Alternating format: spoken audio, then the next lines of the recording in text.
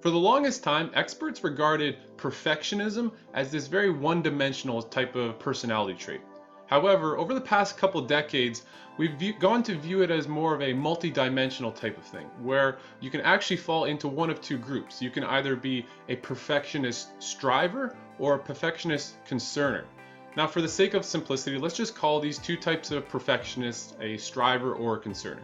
Now, a lot of people fall into the group of striver, where quite simply they might be defined as having perfectionist standards or striving for perfection, but they also tend to be much more conscientiousness and as a result of all this tend to have a far better academic performance and respond positively to challenges and in the end have a higher life satisfaction. On the flip side, when we look at concerners, this is where we start to see some people who become obsessed with mistakes. They have doubts over their actions and they become concerned about the evaluation of others in regards to their performance. And as a result, they tend to rely heavily on self-blame and they can be so unhappy with their achievements. Even when they succeed, they still can't be satisfied. And as a result of this mindset, they tend to have much lower life satisfaction and have lower self-esteem and can even manifest itself into anxiousness and depression. And I think if we're all being honest, we've experienced these tendencies on both sides. We all want to be perfect and find ourselves going about it in the wrong way.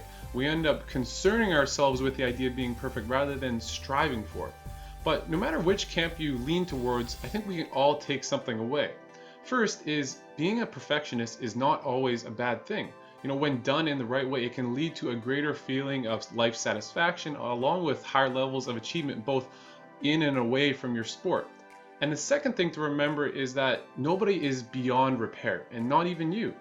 And at the end of the day, no matter which group you fall into, if you want to overcome the daily failures and the setbacks, you can apply the same coping strategies. And the top three ones we can really consider are: one is acceptance, being able to accept things as they are for what they are, their impermanence, and recognizing that we can't change what has happened.